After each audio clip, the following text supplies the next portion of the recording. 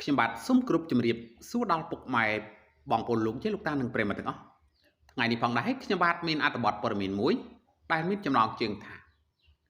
ប្រកាសចែកផ្លូវពីភរិយាបានប្រមាណថ្ងៃអតីតស្វាមីកែវសុបញ្ញាថាកំពុងរស់នៅគ្មានសល់អ្វីតែសំណាងជួបរឿង3យ៉ាងកាលពីថ្ងៃទី3ខែមករាឆ្នាំ2026កន្លងទៅនេះអ្នកគាំទ្រតារាចម្រៀងប្រចាំផលិតកម្មរស្មីហង្សមាសអ្នកនាងកែវសុបញ្ញាបានបង្ហាញការភ្ញាក់ផ្អើលយ៉ាងខ្លាំងបន្ទាប់ពីស្វាមីរបស់អ្នកនាងគឺលោក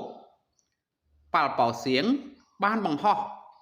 បញ្ចប់ចំណងប្តីប្រពន្ធនឹងគ្នាក្នុងនោះដែរអតីតស្វាមីរបស់អ្នកនាងកែវសុបញ្ញាក៏បានបញ្ជាក់ដែរថាលោកនិងអតីតភរិយាបានព្រមព្រៀងគ្នាផ្តិតមេដៃនៅតុលាការនិងបញ្ចប់ភាពជាប្តីប្រពន្ធ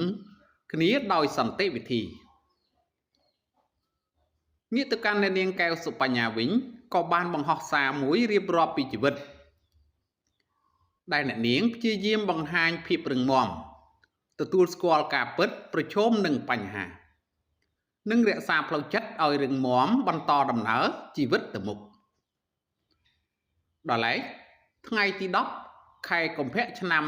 2026កន្លងទៅនេះអតីតស្វាមីអ្នកនាងកែវសុបញ្ញាគឺលោកប៉ាល់ប៉ោសៀងបានបង្ហោះសាររៀបរាប់ពីជីវិតរបស់ខ្លួនដោយនៅពេលនេះគឺកំពុងត្រូវបានអ្នកដទៃវាយតម្លៃសារនោះដែរលោកប៉ាល់ប៉ោសៀងបានបង្ហោះនៅលើគណនី Facebook ផ្ទាល់ខ្លួនឈ្មោះវិចិត្រស្រងដោយរៀបរាប់ថាពេលវេលាដែលយើងគ្មានអ្វីសោះបាត់បង់គ្រប់បែបយ៉ាងគឺជាពេលវេលាដែលគេវាយតម្លៃយើងខ្លាំងបំផុតរស់នៅដោយគ្មានសល់អ្វី 0% សួរថាខ្ញុំបាក់ទឹកចិត្តទេអត់ទេលើពីនោះអតីតស្វាមីរបស់តារាចម្រៀងស្រីខាងលើក៏បានបញ្ជាក់ថាលោករស់នៅដោយគ្មានសល់អ្វីប៉ុន្តែលោកសំណាងដែលបានជួបរឿង3យ៉ាងគឺក្នុងជីវិតខ្ញុំមានសំណាង3ដងសំណាងទី1គឺសំណាងដែលខ្ញុំកើតមកមានរូបរាងស្អាតបាតសំណាងទី2មានការងារត្រឹមត្រូវសំណាងទី3គឺសំណាងឲ្យខ្ញុំ